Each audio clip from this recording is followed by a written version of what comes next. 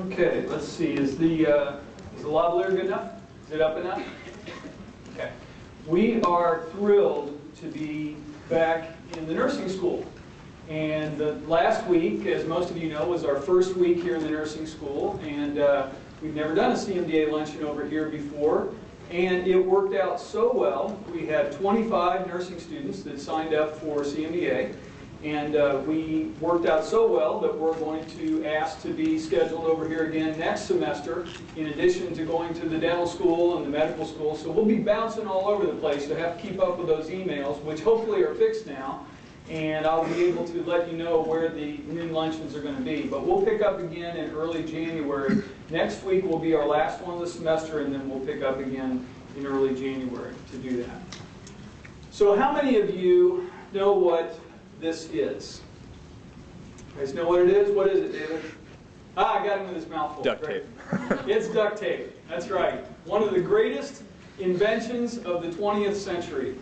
How many of you have used duct tape before for anything? Almost all of you. It is in every toolbox in the country, I imagine. For some people, it's probably the only thing in your toolbox because as has been said, as I found in this advertisement on the internet, take this down.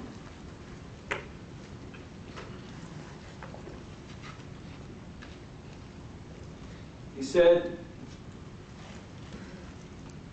you can't fix it with duct tape, then you're not using enough duct tape. So that was their solution. I went on and I Googled duct tape. Do you know how many hits I got? Let me see. Let me check just to make sure I'm not remembering this wrong. 18,300,000 hits for duct tape online. People use this for everything. I have used duct tape for everything. And some interesting pictures that they had online for the duct tape. People make clothes out of duct tape. They had all kinds of interesting clothes, dresses. Students went to the prom in duct tape tuxedos and evening dresses. That was interesting. There was even some pictures, which I can't put up here because they're a little bit disturbing, of people who had dressed themselves with duct tape by applying it directly to their skin. And you can't look at that without thinking, you know, you're going to have to take that off eventually, and that's got to hurt. There's no way that's not going to hurt. But they make all kinds of clothing out of duct tape, and then people make wallets out of duct tape. There's even a diagram online that shows you how to make your own wallet out of duct tape. People have devoted a lot of time to using this. This person made a little sun visor for their cat out of duct tape. That was invented. I don't think the cat likes it, but cats don't like anything. So, a little sun visor for the cat. And then there was a large number of people who, for whatever reason, enjoyed taping themselves to the wall. Have any of you ever been taped to the wall by duct tape? Okay, nobody here, but online, nobody's going to admit it anyway, right? But online, there was all kinds of people who were duct taping themselves to the wall. It was fascinating. And so, why is this stuff so widely used? Why does everybody find all of these different uses for duct tape? Well, I think it's because that this stuff helps to keep one thing connected to another thing better than just about anything else. It keeps things connected. And the best example, the most inspiring example I found of duct tape use was on a video called Duct Tape Surfing. And some of you might have seen this before. I found this in an article by Carolyn Ahrens in Christianity Today, and it's called Duct Tape Surfing. It's about a woman named Pascal and a young surfer named Tyrone. Watch this.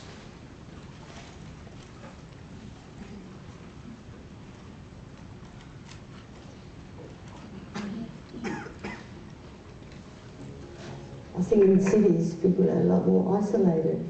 Everybody's doing their own thing, and suddenly I came somewhere where there was space, and everything was like the real thing. I had a new car and I had power steering, and basically I overcorrected. I was with a friend talking, and so I was on the other side of the road and just went, oops, and I got ejected out of the car, fell on some rocks, And straight away I could tell my friend, oh, I can't move my legs. Doctor said T4, complete paraplegia. Having an accident like this affects everything. Sitting in the chair is easy bit, you know, and then it's all the continence aspect, the skin aspect, the learn to have your balance. Just got to relearn to live a different way. It was pretty hard at the beginning to get back. I had 6 months in Adelaide in rehab and I was quite good then, but going back to Elston was difficult because suddenly there's all the things I loved doing that I couldn't do anymore. I just used to watch my sons a lot, like from the house there's a little wave across, so they used to go there. So I could still see them, I'll, you know, drive the car as close as I could and watch them surf. I've always been fascinated by it. When we first came up with the idea, you know, I've always thought of, oh, I wonder if you could go town doing this, I wonder if you could surf on the same board, I wonder if you could do all these other things. And it's like, well, I reckon I could duct tape it to my back and surf. I don't see why I couldn't. We just tried him in there on the deck floor. He just put me on his back and he could get up. So I just started from there. The challenge of getting her on my back, and so I was like, if I could do what I normally do with an extra 40 kilos, pretty good challenge really. I remember just looking up and just the colour, the sound, it was like being part of everything, being part of the water. I can't even find words to explain that. I'm good friends with Tom and Morgan, her sons. I'd be like, oh, I'm going to go for a surf. And Pascal would be like, oh, can I come? Can you see? Oh, yeah, you can see. So she just hassled me every time I wanted to go for a surf. I was like, oh, I'm just driving by myself, why not? Jump in. She wouldn't put herself through anything to be near the ocean.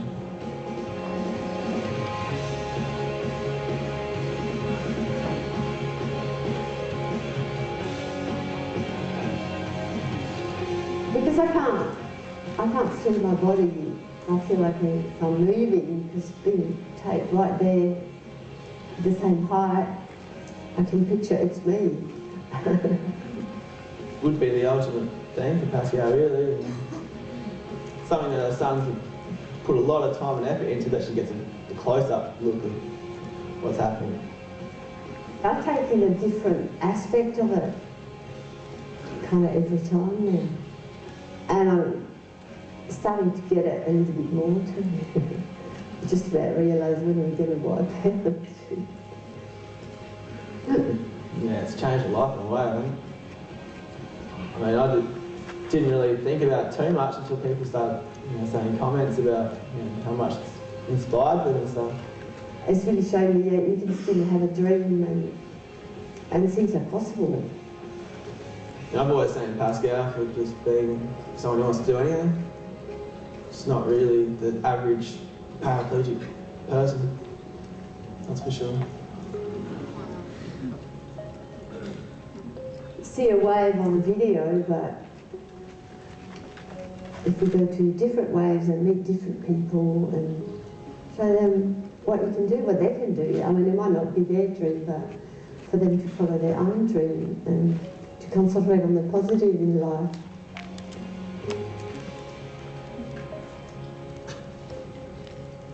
Had a beautiful picture.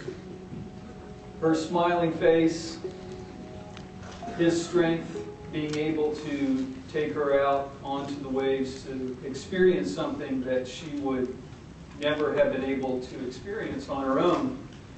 And as I watched that video a couple of weeks ago for the first time, and as I was thinking about working that into a new luncheon talk today, I thought, I wonder how many people I'm going to be speaking to in that room that are like Pascal, that are losing their strength, can't walk on their own anymore, pressures of life, pressures of school and everything that you guys have to deal with have weakened you to the point where you really need to be carried by someone else.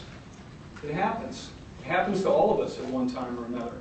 And also wondered how many people I might be talking to in the room today who are strong right now, like Tyrone, who are in a place that they wanted to be in their studies, in their work, in their life, feeling strong right now. And how many of those people like Tyrone that might be here today who could carry somebody else with you? But either way, whichever you are, none of us were designed to live our lives without God and without other people. And that's what I want to focus on in the talk today. None of us were designed to live life without God, and none of us were designed to live life without other people. The first and most important thing is that we are not designed to live our lives without God. I'm going to get this thing to change. It's not good. We were not designed to live our lives without God. There's a beautiful quote from Jesus in the Gospel of John, where he says in John chapter 15 and verse 5, he says, "I am the vine, and you are the branches. If a man remains in me and I in him, he will bear much fruit. Apart from me, you can do nothing."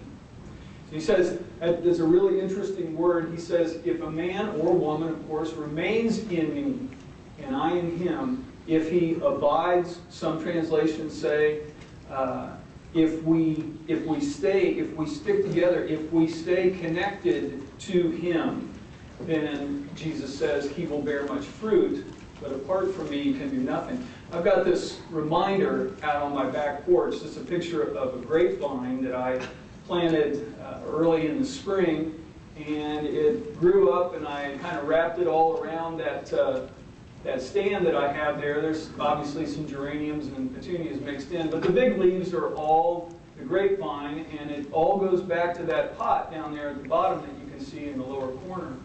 And that thing grew up, and the vines went everywhere, and it practically took over the whole porch. Never got any grapes on it. I don't know why. Maybe next year I'll bear fruit on this grapevine.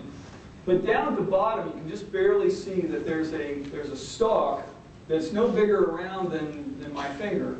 And that stalk is the source of all the water, all the nutrients, and everything that all those hundreds and hundreds of big leaves, and eventually fruit, needs to survive. If anything happens to that base, if anything happens to that stalk, everything else withers and dies, right? And that's why this is such a great picture that Jesus gave us. He said, I'm that stalk.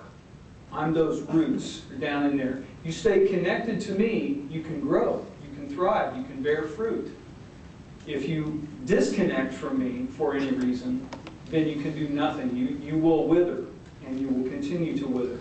And sometimes we have felt that way, I'm sure.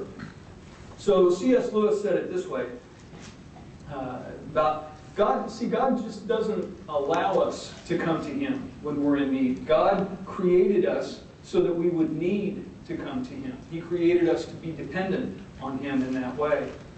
And so C.S. Lewis said, God made us, invented us, as a man invents an engine. A car is made to run on gasoline, and it would not run properly on anything else. Now, God designed the human machine to run on himself. Here's the rest of what he says. He himself is the fuel our spirits were designed to burn, or the food our spirits were designed to feed on. There is no other. That is why it's just no good asking God to make us happy in our own way without bothering about religion. God cannot give us happiness and peace apart from himself, because it is not there. There is no such thing.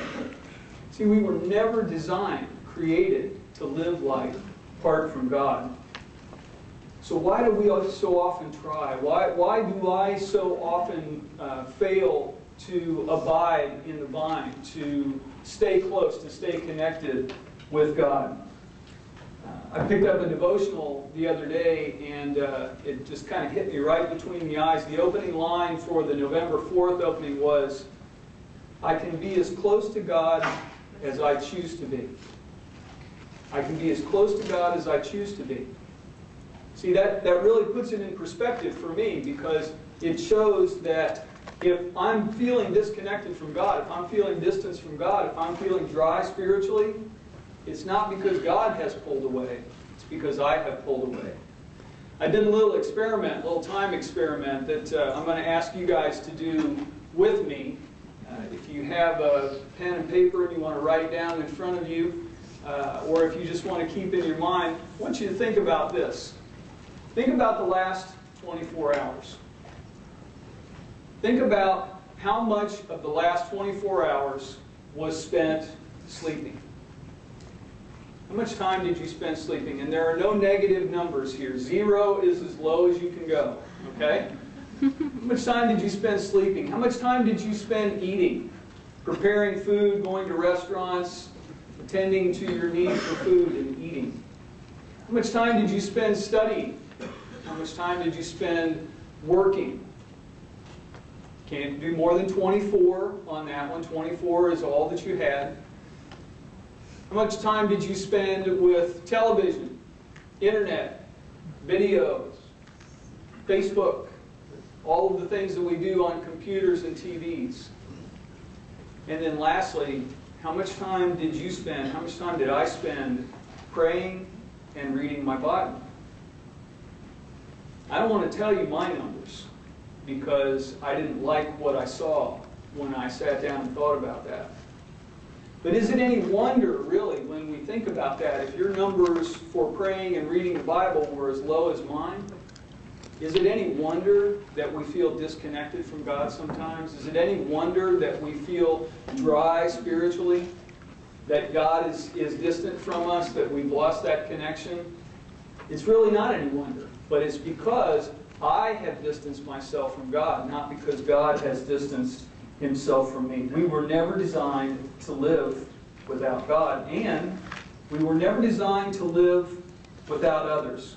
Never designed to live life entirely on our own. I know some of you here very well. I know some of you here fairly well, and others I'm just getting to know for the first time. But there's one thing that I know about everybody here before I even meet you that applies to you, applies to me, everybody in this room, is that none of us got to be where we are here today by ourselves. Nobody got to be where you are, sitting in this room, in this school, working at this university by yourselves. You have had other people. You've had parents. You've had friends. You've had spouses. You've had pastors. You've had teachers. People that have poured their lives into you and carried you when you needed to be carried in the past to bring you to the point that you're at today. And that's a good thing. That's a good thing because that is the way that we were designed. We're designed to need each other. None of us were designed to live life on our own. But even in this day and age, even when we've got we've got crowds of people around us all the time, other students, we've got all of the social media, we're on Facebook all the time. I was thinking the other day, literally anyone in the world that has Facebook can see my vacation pictures from last year. Now there's probably only 4 or 5 people in the world that would want to see my vacation pictures from last year. But the thing is, the whole world can see it. And the whole world can see yours. And in spite of all of that exposure that we have socially, and in spite of all the crowds of people that were around all the time, we still can feel alone a lot of times. You ever feel alone in a crowd? You ever feel like this person that's sitting here on the steps, surrounded by a crowd, but inside you feel alone, you feel disconnected. You feel like nobody really knows you. Or you feel like if they really did know you, they might not like you very much. You might not understand you. So you carry all these things around with you all alone. And when we see each other in the hallway and we say, "Hey man, how you doing?" What's the answer? What's the correct answer? Good. Good. I'm good, man. Everything's great. That's the correct answer. You don't say, "Oh, I had the hardest time. I just can't tell you." You want to sit down and try to tell them about what's going on with your day. You don't do that because you don't want to drop that on them. But it leaves us feeling very disconnected. It leaves us feeling very much alone. Now, why do we do that? Why do we know that we need God, we know that we need other people. Why do we so often disconnect, do you think? Well, I have a theory, and I realize that I am a Yankee on very thin ice. I'm from Ohio originally, if you can't tell from my accent. And I think that sometimes the reason that we disconnect ourselves from other people is because of what I'm calling the Lone Star attitude. The Lone Star attitude. It's a beautiful flag, isn't it? One star, red, white, and blue. We all know what the one star, you all know what the one star means, right? It means we don't need the 49 other stars. It means that we stand on our own. Texas can stand on their own, can take care of themselves. They don't need the 49 other stars. My wife and I, when we first moved down here 6 years ago, we noticed right away that this Lone Star, this Texas mentality was there when we started to see things like bumper stickers that said, "Welcome to Texas, we're glad you're here, just don't forget to go home." Right? You guys seen that one? Or the bumper sticker that we saw the other day that said "secede" on it. That's all it said. Just a little bumper sticker said "secede" on there. In Ohio, they wouldn't even know what that means. Why would you put that on there? There are no secede bumper stickers in Ohio. But down here they have them, and you know what that means, don't you? That means Texas can stand alone. That means that we can take care of ourselves, thank you very much. And that's fine as far as it goes. But Texans still need other people too, don't they? Texans still need other people. It's just that Texans prefer that it be other Texans that help them, right? Not just other people. We all need other people. We all need each other, and we all need other people. And in Galatians chapter 6 and verse 2, there's a beautiful verse that Paul gives us about what happens when we stay connected to other people, when we don't give in to the temptation to disconnect from other people. Galatians 6:2, he says, "Carry each other's burdens, and in this way you will fulfill the law of Christ." It's a picture of a group of people surrounding someone and laying hands on them, praying for them.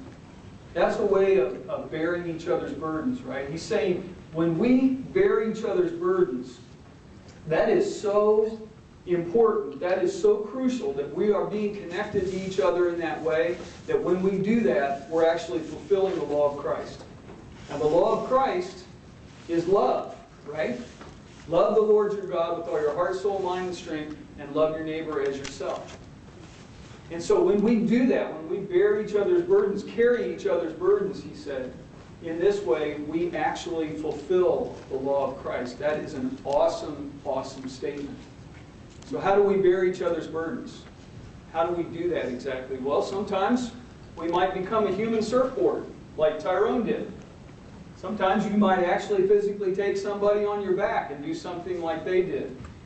But the message, the picture, the beautiful picture there is that the one who's strong, the one that God has blessed with strength for this time, we all go up and down, but when a person is blessed with strength for this time, he has been blessed, she has been blessed with that strength so that she can strengthen someone else who are weak, who are without strength in that time.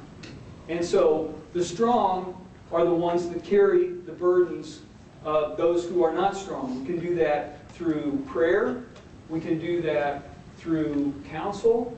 We can sit down with people and share in 100 different ways with them how we can bear their burdens and so fulfill the law of Christ. Sometimes people think, when I talk to them about that, I talk about sitting down with somebody that's hurting, and they say, you know, that's just not my thing. You know, you did the ministry training and the counseling training and the whole thing, so you know how to do that stuff. I don't know how to do that stuff.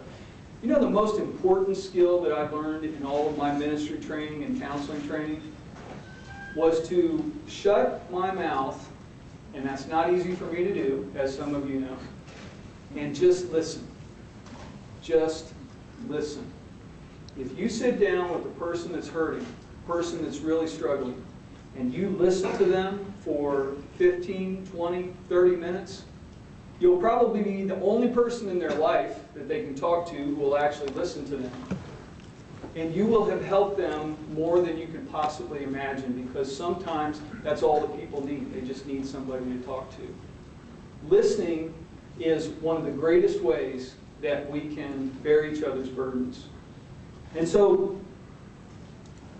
sometimes we think that there isn't anybody around to listen. Sometimes, you might be sitting there today thinking, that's great, that's fine, but I'm hurting and I don't know anybody. I don't think there is anybody in this place that can help me in the way that you're talking about. But you know what? You're surrounded in this place. You're surrounded in this room, actually, by people who could help you, people who could help to carry those burdens with you if that's what you need right now. People like Dr. Richards, who came up and did our opening prayer. If you ever go by Dr. Richards' office, a lot of times you'll see the door open and you'll see a student in there sitting talking with them, and it may not be about anatomy. It may be about the Lord, about their relationships, about what's going on in their life that is really, really weighing them down. He counsels student after student, probably every day, about where they're at and what they need, and he carries those burdens with them. You've got CMDA staff. I'm stopped many times in the hallway and somebody says, I don't want to bother you or anything, but could I talk to you about something? And so we sit down in the corner of the cafeteria and they talk, and I try to keep my mouth closed and listen to what they're saying.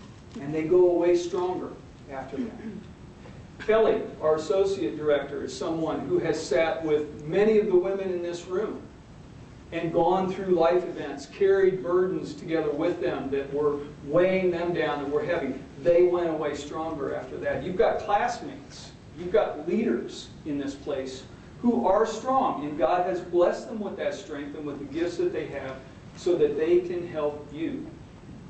But there's one thing you got to do. When you're down and you need help, the one thing you got to do that's the hardest thing to do, what do you think it is? Right. You got to ask. I hate to ask for help. Do you? I really do. Kelly and I were just laughing about this earlier because she has a tire that needed to get fixed, a flat, and so I stopped at Discount Tire to pick her up, and then there was all this traffic on the frontage road, so we turned around to go a different way, and she says, I know a way to get there that's a shortcut, and I turned around and I said, I know how to get there. I can get to the school, for crying out loud. I drive it every single day. I don't like to be corrected. I have a thing about that. And I don't like to ask for help when I need help. Some of you know with my email, it's been an incredible headache for the last 3 weeks trying to get this email problem fixed so that I could let you all know where the new luncheons were going to be and when the trips are going to be and everything else. And finally, after trying everything myself and probably wasting a lot of hours, I asked for help. I talked to the Microsoft engineers, I talked to other people, but I don't like to ask for help. And probably you don't either. But if we're going to get help, we've got to ask many times for help. That takes humility, that takes courage, but that's when the really good stuff can start. So, none of us were designed to live without God, to live without others. If you're here today, and you're someone that needs to be carried, someone that needs to have the strength of another person, needs somebody to talk to, I pray that you have the courage and the strength to be able to reach out and do that. And if you're someone who's strong right now, I'm going to pray that God will open your eyes to all the people around you, who need your ears, who need your hand on their shoulder. Pray with them, to encourage them, lift them up, and bring them through this time. Let me pray for you guys. Heavenly Father, thank you for this awesome group of men and women that you have called together by your purpose and your design in this place today. Lord, I pray that if they are here today and they are feeling hurting, empty, lonely, they feel like nobody cares, nobody knows, would you open their eyes and help them to see all of the people around them who do care, who do know, and help them to know that you care and that you know, and that you have placed these people in their path to bring them the help and the strength that they need. And God, if there are people here that are feeling strong right now and you have blessed them and things are going their way, I pray that you will open their eyes, help them to see and to know the ones around them who need that strength, who need that shoulder, who need them to be there and to help strengthen them. Thank you for today, Lord. Thank you for everyone that came. I pray your great blessing upon them. In Jesus' name, amen.